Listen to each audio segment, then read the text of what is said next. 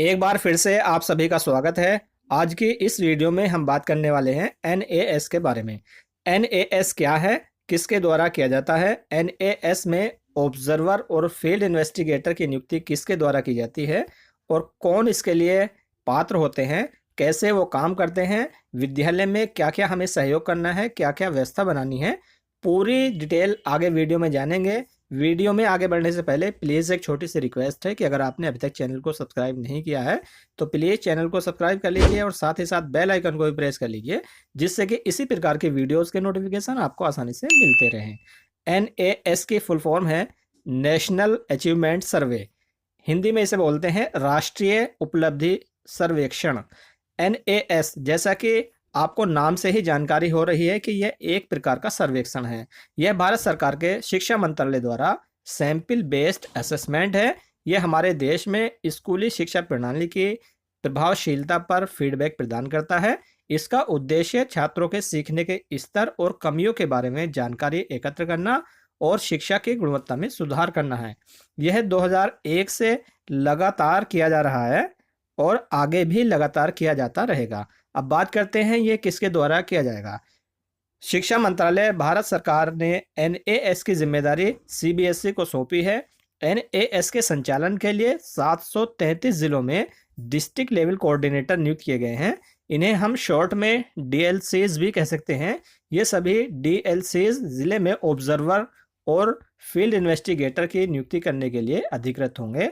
अब बात करते हैं ऑब्जर्वर और फील्ड इन्वेस्टिगेटर किसको बनाया जाएगा। सीबीएसई से क्वालिफाइड एफिलिएटेड जो भी स्कूल्स हैं उनमें वॉइस प्रिंसिपल हो या पीजीटी, टीजीटी या फिर पीआरटी हो, उनमें से किसी को भी ऑब्जर्वर के लिए नियुक्त किया जा सकता है। और फील्ड इन्वेस्टिगेटर के लिए बेसिक शिक्षा परिषद से संबंधित या तो बीआरसी या सीआरसी किसी को भी फील्ड इन्वेस्टिगेटर के लिए नियुक्त किया जा सकता है। इन दोनों की ही ट्रेनिंग भी की जाती है और साथ ही साथ कैसे कार्य किया जाना है उसके बारे में पूरी डिटेल से इनको अलग से भी बताया जाता है। और कैसे वो कार्य करना है तो पूरी डिटेल इनके पास वो होगी और साथ ही साथ इन्हें सामग्री भी दी जाएगी जिस पर कार्य कराया जाना है।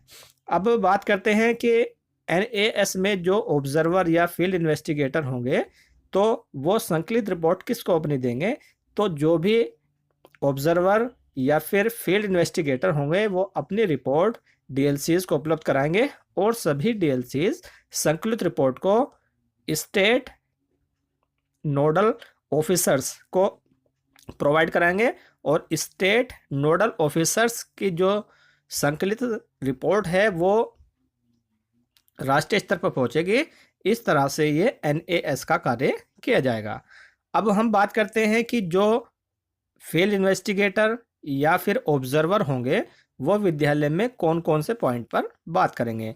देखिए, जो भी आपके विद्यालय के लिए ऑब्जर्वर या फील्ड इन्वेस्टिगेटर नियुक्त किए जाएंगे वो निर्धारित तिथि को आपके विद्यालय में उपस्थित होंगे और आपके विद्यालय में आकर सबसे पहले वो प्रधानाध्यापक से कांटेक्ट करेंगे और प्रधानाध्यापक से कांटेक्ट करने के बाद जो भी छात्र उपस्थिति का रजिस्टर होगा वो प्रधानाध्यापक से प्राप्त करेंगे और संबंधित कक्षा में चले जाएंगे।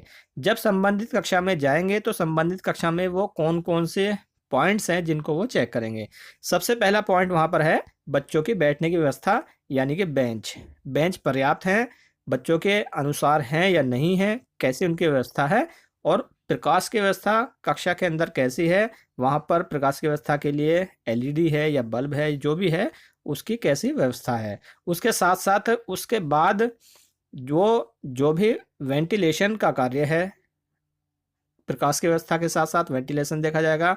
और साथ ही साथ विद्यालय के जो कक्ष जिसमें गए हैं तो उसमें पंखों की व्यवस्था कैसी है, वो पर्याप्त है या नहीं है, तो वो भी वहाँ पर उसको चेक करेंगे। और इसके साथ साथ कुछ अन्य उपकरण जो कक्ष के अंदर होने चाहिए तो उनको भी वो वहाँ पर चेक करेंगे। और साथ ही साथ जो उनके पास रिपोर्ट होती है जिसमें रिपोर्ट फिल करते हैं तो उसके अंदर उसकी एंट्रीज फिल करते हैं। और उसके बाद जो भी सिलेक्टेड क्लास है तो उस कक्षा के सभी बच्चों को बैठाकर उन्हें सीरियल वाइज जो है नंबरिंग कर दी जाएगी और सीरियल वाइज उन्हें बैठाकर अगर मान लीजिए आपके यहाँ कई कई सेक्शन है, तो उन सेक्शन से सभी बच्चों को वो अपने अलग अलग सैम्पलिंग करेंगे और सैम्पलिंग करने के बाद फिर तब कक्षा में बच्चों को बैठाएंगे। और अगर आपके यहाँ केवल एक ही सेक्शन है, तो वो एक ही सेक्शन के मिनिमम 30 स्टूडेंट्स को वो वहाँ पर जो है सेलेक्ट करेंगे और उन्हें सीरियल वाइज बिठाकर उन्हें सीरियल से ही एक क्वेश्चन बुकलेट और ओएमआर शीट प्रोवाइड कराएंगे। कक्षा 3, 5, 8 और 10 के लिए वो विशेष ध्यान देने वाले हैं, क्योंकि कक्षा 3, 5 और 8 के लिए ही विशेष ध्यान दिया जाता है। तो मैं आपको बता दूं कि अगर आपके प्राइमरी विद्यालय है, कक्षा 3 और 5 को उनमें से किसी एक क्लास को सेलेक्ट करेंगे, और अगर आपका जूनियर विद्यालय है तो वो कक्षा 8 को सेलेक्ट करेंगे, और अगर आपका इंटर कॉलेज है या फिर हाई स्कूल है तो वह वहाँ से कक्षा 10 को सेलेक्ट करेंगे। तो जो भी निर्धारित कक्षा होगी उसमें जो भी बच्चे होंगे उन्हें सीरियल वाइज बिठाकर उन्हें ओएमआर शीट और क्वेश्चन बुकलेट दे दी जाएगी। जो भी क्वेश्चन बुकलेट और ओएमआर शीट होगी वो प्राइमरी स्तर के बच्चों को, क्योंकि वो पहले से इतनी जानकारी नहीं होती है, तो उसके अंदर जो एंट्रीज होती हैं उन्हें कैसे फिल करना है वो बताएंगे। लेकिन कक्ष के अंदर, क्लासरूम के अंदर कोई भी अध्यापक या फिर प्रधानाध्यापक उपस्थित नहीं होंगे। वो सभी केवल स्टूडेंट्स ही क्लास के अंदर होंगे। माइक्रो ऑब्जर्वर और फील्ड इन्वेस्टिगेटर केवल 2 ही वो उसके अंदर होंगे, और उन्हीं के द्वारा जो है वो पूरी प्रक्रिया कराई जाएगी। जब बच्चों को ओएमआर शीट और क्वेश्चन बुकलेट दे दी जाएगी तो उस पर जो एंट्रीज होंगी वो उनसे फिल करा ली जाएंगी, और कक्षा 3 और 5 के बच्चों के लिए वो अपनी तरफ से भी सहयोग करेंगे, जिससे आसानी से बच्चे जो है उसके एंट्रीज फिल कर सकें। और जब बच्चे क्वेश्चन बुकलेट और ओएमआर शीट को फिल कर लेंगे, जो भी उसके अंदर क्वेश्चंस होंगे तो उन्हें फिल कर लेंगे, तो फिल करने के बाद जो स्टूडेंट्स होंगे उनसे निर्धारित समय में वो कलेक्ट कर लेंगे, और कलेक्ट करने के बाद जिस तरह से चुनाव के लिए जो है जो भी सामग्री मिलती है उसकी सीलिंग प्रक्रिया अपनाई जाती है, उसे सील किया जाता है, तो उसी तरह से यहाँ पर भी जो भी सामग्री होगी तो उन्हें वो सीरियल वाइज पैक करके और उनकी सीलिंग प्रक्रिया अपनाएंगे, उन्हें सील करेंगे। और सील करने के बाद जो जो भी हमारे ऑब्जर्वर हैं तो वो उन्हें जो डीएलसीज हैं उनके पास ले जाकर उन्हें देंगे, और जो भी डीएलसीज हैं वो उन्हें संकलित करके स्टेट लेवल पर पहुंचाएंगे। इस तरह से एनएएस का जो कार्य है वो पूरा हो जाएगा।